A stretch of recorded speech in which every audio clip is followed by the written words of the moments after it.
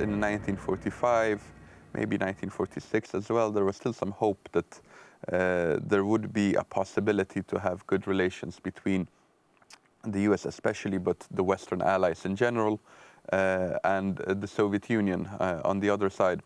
But by 1947, the relationship had deteriorated.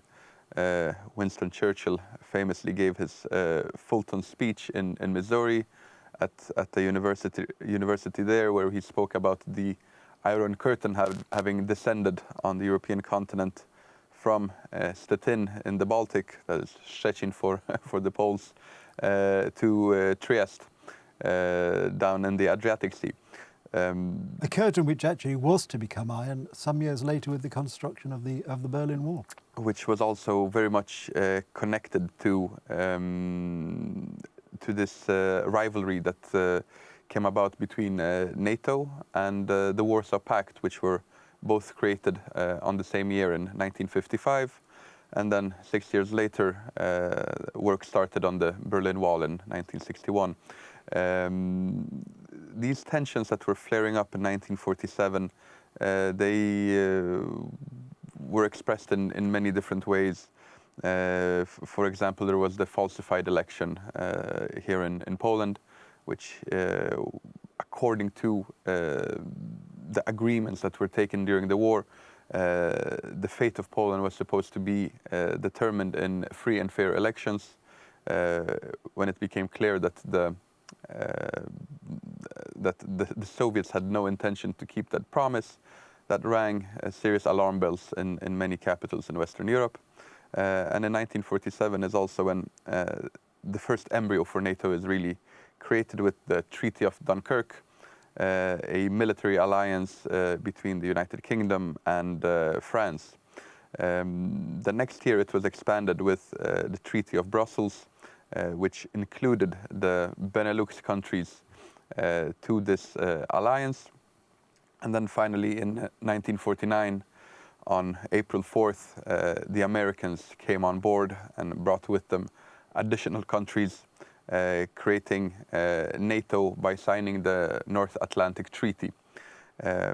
However, initially the first year or two, NATO was very much a paperwork construct, so to say. Sure, the alliance had been created. Naturally, it had never been tested, and it also didn't really have any structure. It was first in 1951 that the Shared Allied Operations Command shape was created, giving it this firm military structure that we know from today. This was all really caused by the experience of the Korean War. In the Korean War, it wasn't really NATO that was doing the fighting. However, there was another organization, transnational organization, that was very much involved. This was the UN, which sent troops to South Korea. Back then, despite the Soviet Union having a place on the Security Council, the Permanent Security Council of NATO, they decided to boycott the vote, and the other countries, the other members, saw the opportunity to pass a vote which mandated NATO troops, UN troops to go. This clearly inspired NATO and set up this structure that we know has lasted until today. The year thereafter, 1952, was also an important year. It brought on two countries which were fierce rivals with each other.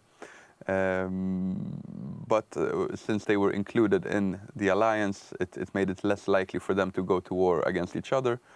And it was also a great win for the alliance in general, as I'm thinking here of the two countries of Greece and Turkey. Yes. Turkey here especially having a very strategic position, making it possible for the alliance to keep a close eye on the Bosphorus Strait and the Russian Black Sea Fleet.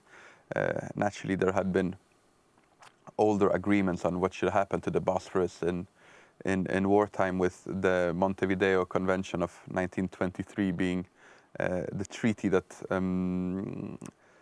delineates what exactly is allowed to happen in that region during a war, which is basically whenever there is a war, civil vessels can pass by, but any military vessels are to be stopped by Turkey from going in and out of the Black Sea.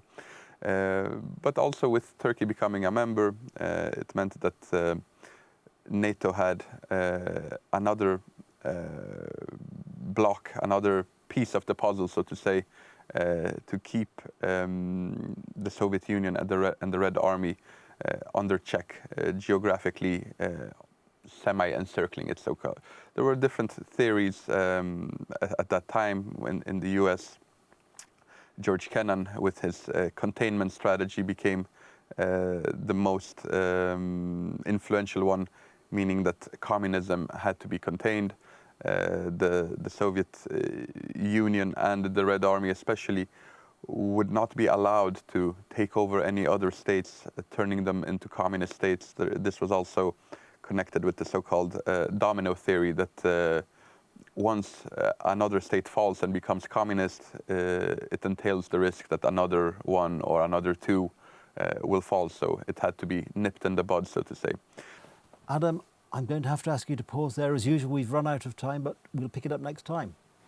There we are. I've interrupted Adam almost in mid-sentence, but fear not, if you join us next time, as we hope you will, we'll pick up the story. In the meantime, thank you very much and look forward to seeing you next time on Poland Daily History.